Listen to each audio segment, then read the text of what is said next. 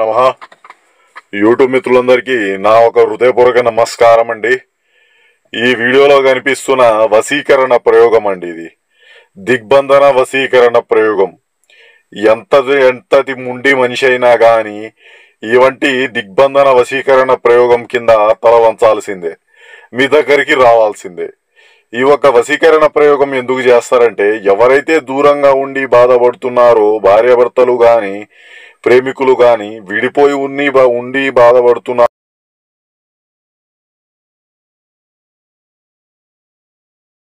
నమః. యూట్యూబ్ మిత్రులందరికీ నా ఒక హృదయపూర్వక నమస్కారం అండి.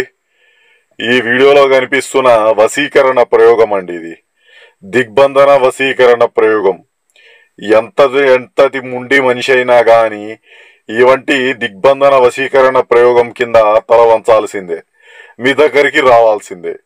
ఈ ఒక వశీకరణ ప్రయోగం ఎందుకు చేస్తారంటే, ఎవరైతే దూరంగా ఉండి బాధపడుతున్నారో, భార్యాభర్తలు కానీ ప్రేమికులు కానీ విడిపోయి ఉండి బాధపడుతున్నారు.